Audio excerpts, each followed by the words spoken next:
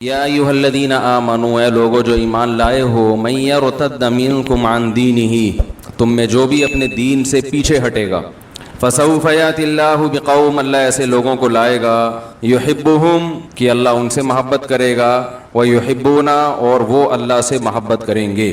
تو اس پر بیان چل رہا تھا کہ دین سے پیچھے ہٹنے کا جو بنیادی سبب ہے وہ ہے اللہ کی محبت میں کمی۔ صرف دلائل سے اللہ کو مان لینا کافی نہیں ہے، بلکہ اللہ سے محبت کا ہونا ضروری ہے۔ جب یہ محبت ملتی ہے تو انسان کا ایمان محفوظ ہو جاتا ہے، پھر وہ پیچھے نہیں ہٹتا۔ بلکہ اگر محبت کسی غلط چیز سے بھی ہو جائے جس کا غلط ہونا دلائل سے ثابت ہو، پھر بھی انسان اسے حاصل کرنے کی کوشش کرتا ہے۔ تو اب آپ سوچئے کہ جب غلط چیز کی محبت انسان کو پیچھے نہیں ہٹنے دیتی تو صحیح چیز کی محبت کیسے پیچھے ہٹنے دے گی اس کو؟ لوگوں کو جو ناجائز عشق ہو جاتا ہے، یہ صحیح محبت ہے یا غلط ہے؟ ان کو پتہ بھی ہوتا ہے غلط ہے، اس سے صحت کا نقصان، ملنے والا کچھ بھی نہیں ہے، لیکن پھر بھی گھل گھل کے پاگل ہو رہے ہوتے ہیں۔ جیسے وہ شاعر نے کہا ہے نا کہ ہم فراق یار میں گھل گھل کے، شعر جو اصل تھا وہ تو مجھے یاد نہیں رہا، اس کی جو نقلی بنایا وہ یاد رہ گیا۔ ہم فراق یار میں گھل گھل کے، کچھ اصل یہ تھا کہ دبلے ہو گئے، تو شاعر نے اس کو چینج کر دیا کہ آج کل کے عاشق اللہ اس کے رسول کے عشق میں دبلے ہونے کے بجائے کھا کھا کے موٹے ہو رہے ہوتے ہیں۔ تو اس نے یوں کر دیا، ہم فراق یار میں، فراق یار کا مطلب یار کی جدائی، اللہ کی محبت، رسول کی محبت، اتنی محبت کے گھل گھل کے ہاتھی ہو گئے ہیں۔